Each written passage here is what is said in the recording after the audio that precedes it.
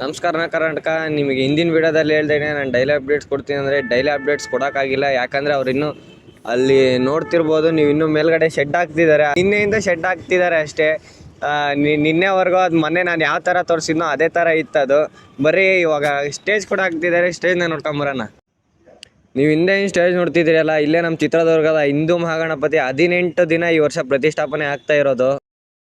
ನೀವು ಹಿಂದ್ಗಡೆ ಏನು ನೋಡ್ತಿದ್ದೀರಲ್ಲ, ಹಿಂದೂ ಮಹಾಗಣಪತಿನ ಕೂರಿಸಿದ ಮೇಲೆ ಇಲ್ಲಿ ಡೈಲಿ ಪ್ರೋಗ್ರಾಮ್ಸ್ ಏನು ಮಾಡ್ತಾರಲ್ಲ ಅದು ಮಾಡೋದಕ್ಕೆ ಜಾಗ ಇದು. ಇಲ್ಲಿ ಇನ್ನೂ ಸ್ಟೇಜ್ ಬರುತ್ತೆ ಈ ಜಾಗದಲ್ಲಿ.